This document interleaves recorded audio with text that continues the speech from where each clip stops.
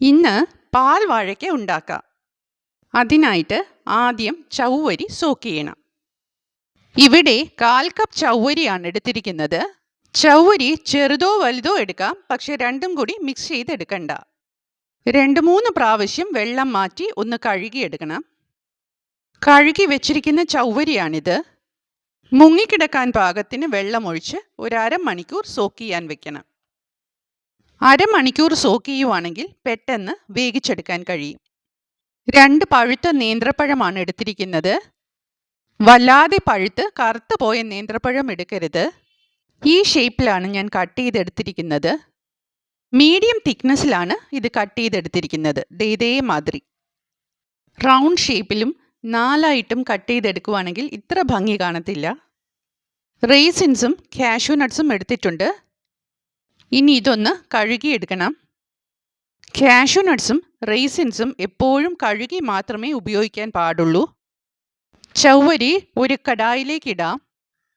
എനിക്ക് ഇതൊരു 10 മിനിറ്റിൽ കൂടുതൽ സോക്ക് ചെയ്യാൻ പറ്റിയില്ല. വേഗം കുക്ക് ചെയ്തെടുക്കേണ്ടി വന്നു. അതുകൊണ്ട് 2 കപ്പ് വെള്ളമാണ് ഒഴിക്കുന്നത്. ചവ്വരി വേവിച്ചെടുക്കാൻ കുറച്ച് വെള്ളം കൂടുതൽ വേണ്ടി വരും. കൈയെടുക്കാതെ ഇളക്കി കൊടുക്കണം. അല്ലെങ്കിൽ ചവ്വരി വേകുന്നതിനോടൊപ്പം പാത്രത്തിൽ കരിഞ്ഞു പിടിക്കും.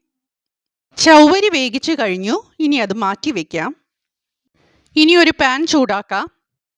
പാൻ ചൂടായി കഴിഞ്ഞാൽ അതിലേക്ക് 1 ടേബിൾ സ്പൂൺ നെയ്യ് ഒഴിക്കാം. നെയ്യ് ചൂടായി കഴിഞ്ഞാൽ കാഷ്യൂ നട്ട്സും റേസിൻസും ഫ്രൈ ചെയ്തെടുക്കണം.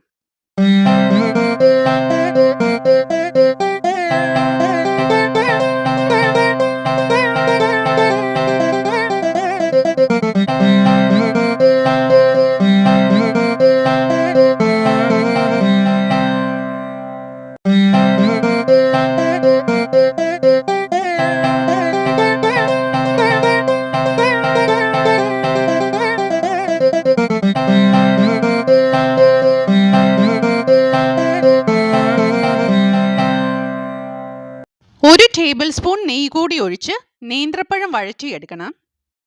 പഴം ഉടഞ്ഞു പോകാതെയാണ് വരട്ടിയെടുക്കേണ്ടത്. അധിക സമയമൊന്നും വരട്ടണ്ട, ഒരു 2 മിനിറ്റൊക്കെ മതി. അതിനുശേഷം അതിലേക്ക് തേങ്ങയുടെ 2ാം പാലാണ് ഒഴിക്കുന്നത്. ഞാനിവിടെ തേങ്ങാപ്പാലിലാണ് പാൽ വാഴയ്ക്ക ഉണ്ടാക്കുന്നത്. ഫ്രഷ് തേങ്ങാപ്പാലല്ല, ഇതേമാതിരി കോക്കനട്ട് മിൽക്ക് പൗഡർ ഉപയോഗിച്ചാണ് തേങ്ങാപ്പാൽ ഉണ്ടാക്കിയത്.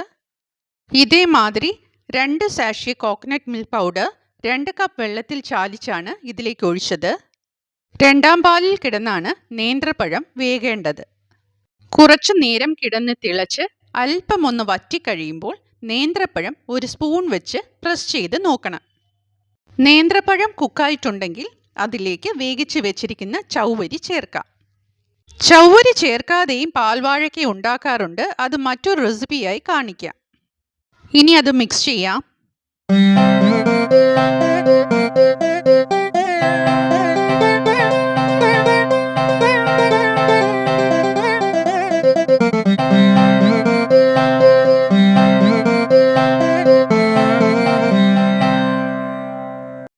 ആവശ്യമായ പഞ്ചസാര ചേർക്കാം. മധുരം ഓരോരുത്തരുടെ ഇഷ്ടത്തിന് ചേർക്കണം. എനിക്കിവിടെ കുറച്ച് മതിയായിരുന്നു.